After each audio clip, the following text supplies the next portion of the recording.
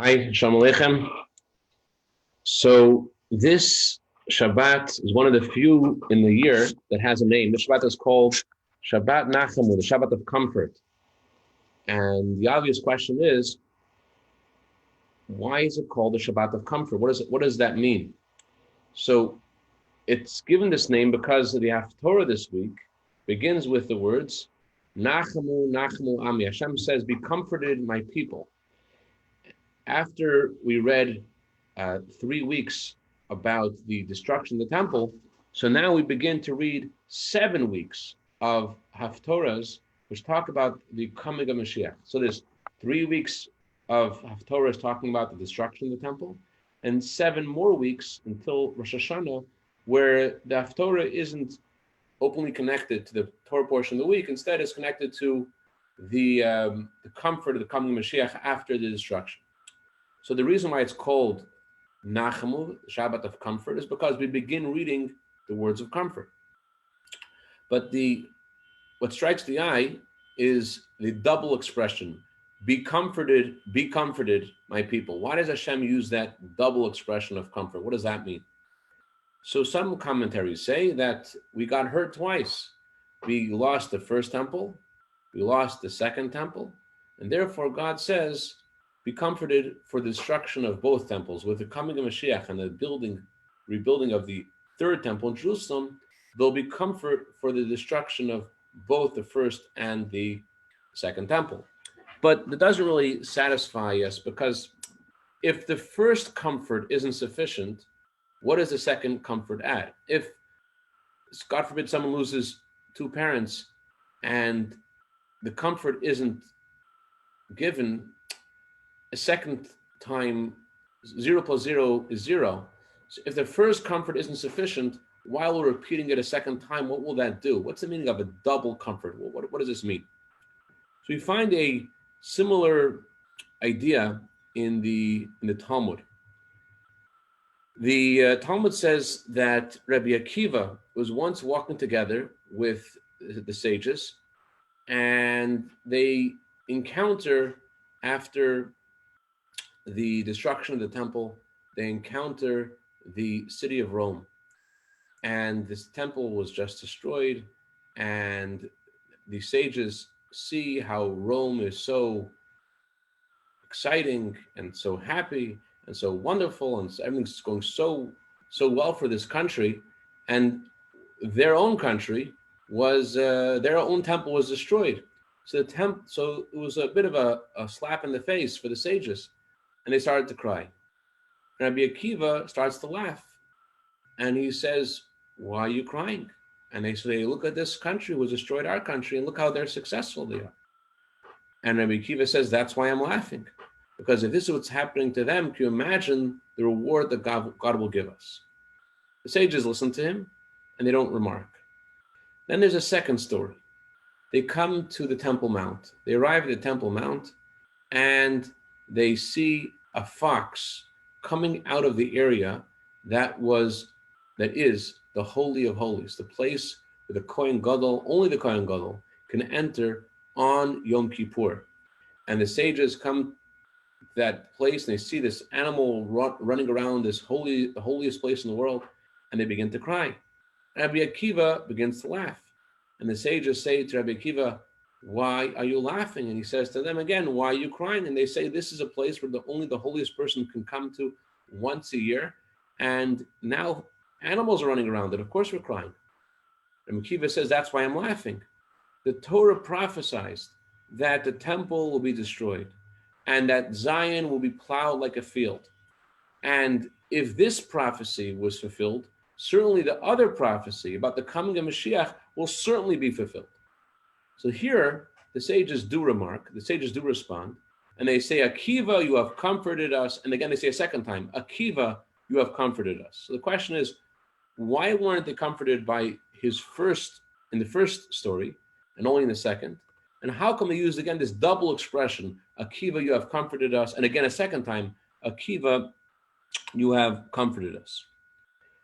There is a story that's apparently from a medrash that I heard that there was a company that actually printed coins as a skula, as a they said these coins are coins that bring merit and protection to anyone who wears them. And these coins had the letters Gimel, Zayin, Yud etched on them. And those words are actually from this medrash. There's different versions of the medrash. The way one of the versions is basically like this, that someone saw once that King David was very depressed, and this silversmith who had witnessed King David's depression met King Solomon, and he asked him, what can I do for your father? How can I bring joy to your father? So Solomon said to him, make a coin which has the letters Gimel, Zayin, and Yud on it. What do those letters represent? They're the acronym for the words Gam Ze Ya'avor. This too shall pass. So that coin, that message represents how good will always be victorious. And this is what the sages were telling, where Rabbi Akiva was telling the sages, yes, Rome has been victorious, Rome has destroyed the temple, but this shall pass. This is only a passing thing.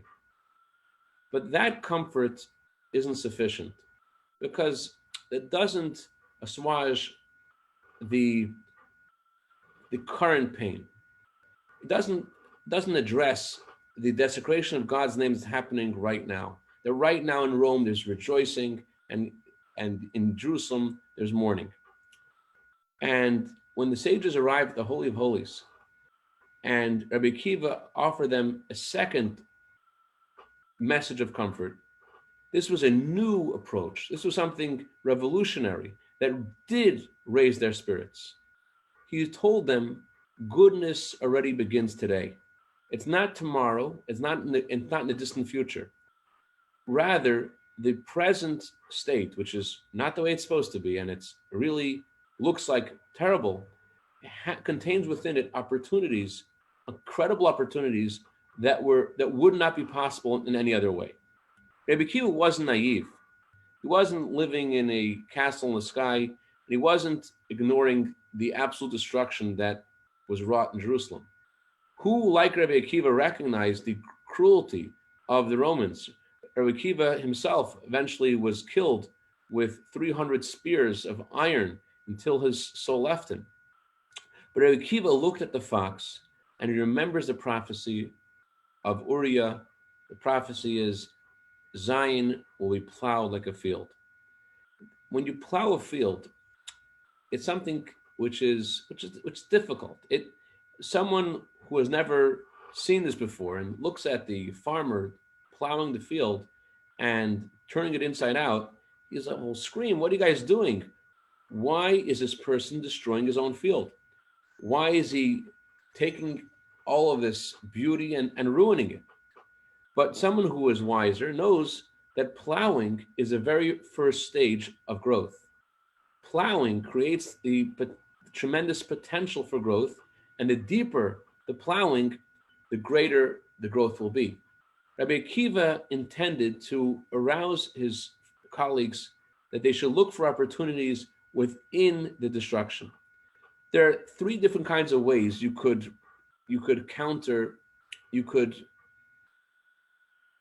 contend with a problem. A weak person cries.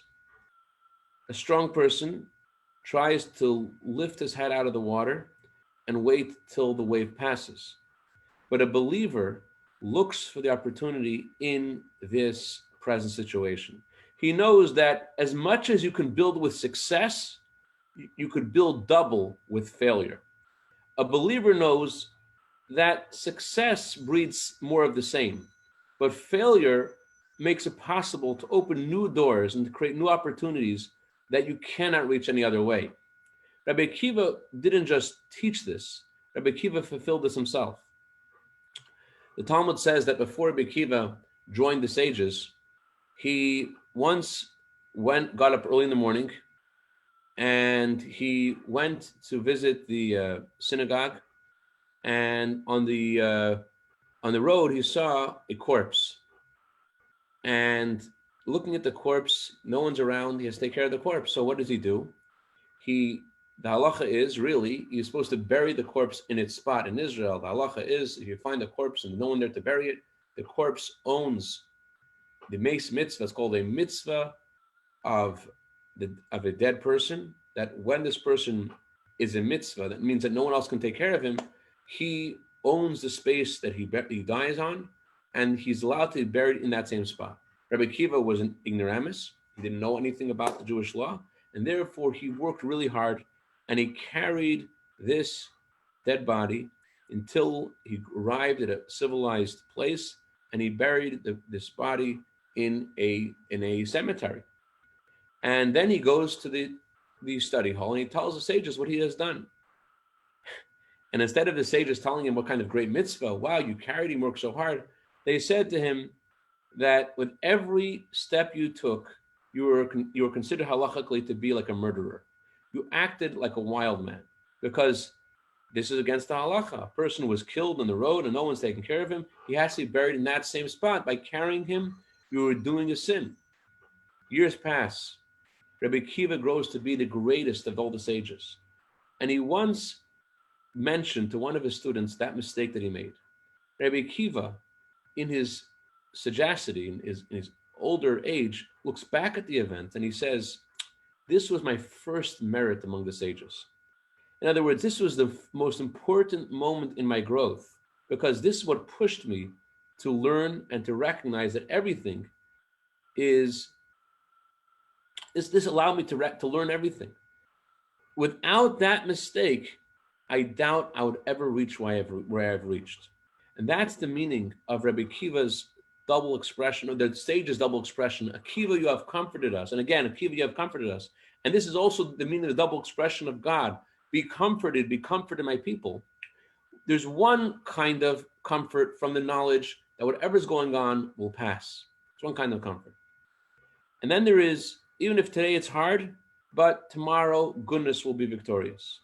Then there's a second kind of comfort, which reflects a much deeper faith. That is that the goodness starts today already. Even that which is wrapped in a garment of destruction is part of the game. This is the opportunity to do something new that arouses a deeper good that is within us. What used to be considered a theory, and it sounded impossible, is within the shever, within the destruction that we are in these days. It's something that, despite the great difficulty and in a synagogue today, you have a much smaller crowd that visits it, but it arouses within us this yearning and thirst that never existed before. In these days, people who pray have a different kind of attitude to prayer, different kind of feeling in their prayer, that they never experienced before. The idea of praying on your own, by yourself, it comes from a different place. And after these days will pass, we'll see how these days, they cause different kinds of fruit to grow. And we will say soon, Mashiach will come, thank you Hashem for being angry at me. Not just to thank you Hashem for the anger ending, but how the anger itself brought us to something deeper. There's an amazing story about this Rosh Hashiva from Yerushalayim, who goes to visit Italy to try to raise funds for his yeshiva. And he comes to this beautiful mansion in Italy. And in the middle of this mansion, he sees in the centerpiece of this huge dining room in the mansion, there is this glass encased, broken pieces of glass encased in a showcase. And he asked the wealthy man, the owner of this mansion, the meaning of these broken pieces of glass. What does this mean? So the man told him like this: I was born in Holland to a Hasidic religious family. I learned in yeshiva and I got a very good Jewish education. But one day, my grandfather from Italy sent us a letter and said he needs someone to help him with his businesses. So our family was all supported by our grandfather, and therefore my parents felt they had to agree, and they sent me to go to Italy and to do business. And as I arrived in Italy, little by little, I stopped davening Ma'ariv, I stopped davening Mincha, and it didn't really, interest me. And I didn't really give my children any of the faith that I got at home, although I did marry Jewish. One night, I'm coming back from my office, and I see a group of children playing. Middle, there's one child wearing a kippah, and he's crying. And a child is saying, "What will I tell my dad? My dad's going to hit me." And I was interested, what's going on with this child? And the child told me that tonight is the first night of Hanukkah. And his father sent him to go to the store to buy a jar of oil. And he ran back with a jar of oil, and he tripped, and the jar of oil broke. And now he's afraid, what will his father say? He comes from a poor family, and his father won't forgive him. And I took out of my wallet the money that he would need to buy another jar of oil, and I tried to continue my routine in my day. But the cry of the child didn't leave me any rest. What will I tell my father? I'm also older. My children will soon marry and start their own families. What will I tell my father in heaven?